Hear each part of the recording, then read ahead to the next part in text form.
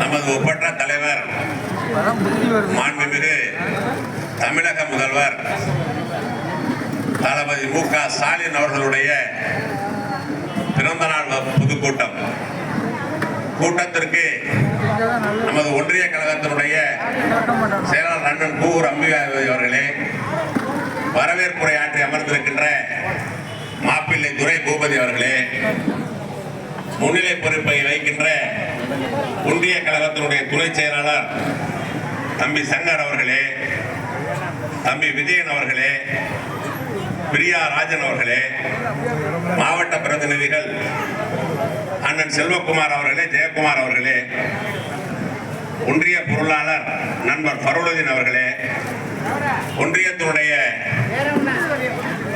ஊராட்சியினுடைய அவைத்தலைவர் அண்ணன் தம்பி சீனிவாசன் அவர்களே, லாரன்ஸ் அவர்களே, முன்னாள் ஊராட்சி மன்ற தலைவர் உமாசங்கர் அவர்களே, எனக்கு பின்னாலே பல நல்ல கருத்துக்களை வழங்க இருக்கின்ற நமது கழகத்தினுடைய கொள்கை பரப்பு செயலாளர் திண்டுக்கல் லியோனி அவர்களே, தலைமை கழகத்தினுடைய பேச்சாளர் சகோதரி ராஜராஜேஸ்வரி அவர்களே, ஒன்றியத்தினுடைய பெருந்தலைவர் சுபா திருநாவுக்கரசு அவர்களே, மாவட்ட ஊராட்சி குழு உறுப்பினர் தம்பி சரவணன் அவர்களே, தொகுதியினுடைய பொறுப்பாளர் அண்ணன் செந்தில் அவர்களே, எனக்கு பின்னாலே நமது கட்சியினுடைய முன்னோடிகள் உரையாற்ற இருக்கின்றார்கள்.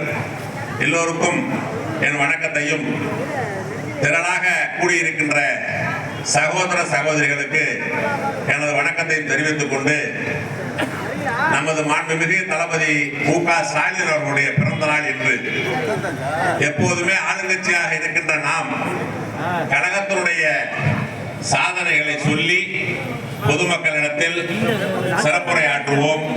வாக்குகள் கேட்கும் போது கழகத்தினுடைய சாதனைகளை நாம் சொல்லிக் கொண்டே இருப்போம். ஆனால் இன்றைய நிலைமை அது